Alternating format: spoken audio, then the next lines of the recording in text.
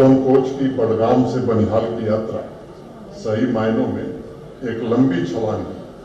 यह अत्याधुनिक सुविधा बदलते हुए जम्मू कश्मीर के लोगों की नई आकांक्षा का प्रतीक है और मैं इस मॉडर्न ट्रैवल एक्सपीरियंस के साधन के लिए जम्मू कश्मीर के सभी नागरिकों तथा देश के अन्य हिस्सों से आने वाले पर्यटकों को बहुत बहुत बधाई देना चाहता हूं।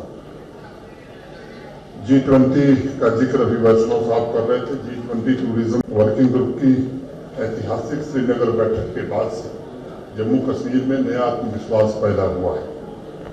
आज जम्मू कश्मीर को लोग बड़े सम्मान से देख रहे हैं और मुझे बताते हुए प्रसन्नता है कि विदेशी पर्यटकों की संख्या उस बैठक के बाद पिछले वर्ष के मुकाबले इस वर्ष 350% की वृद्धि हुई है।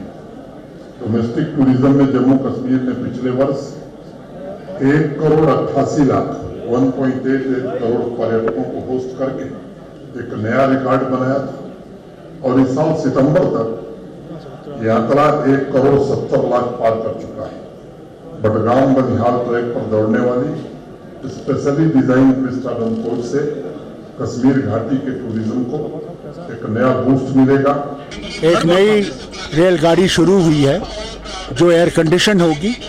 यहाँ के जो सफ़र करेंगे उनको फ़ायदा है कि सर्दियों में यह गर्म होगा और गर्मियों में यह ठंडा रहेगा। को कितना प्रमोट करेगा? बहुत प्रमोट करेगा और ख़ासकर ये प्रमोट करेगा जब बानिहाल से कटरा का लिंक जो है अगले साल शुरू हो जाएगा और ये सारे मुल्क के हिस्से तक ट्रेन चलेगी, तो वहाँ से जो टूरिस्ट हैं या लोग हैं वो आ सकेंगे आसानी से और इसमें किराया भी इतना अच्छा होगा जो जहाज़ का बर्दाश्त नहीं कर सकते।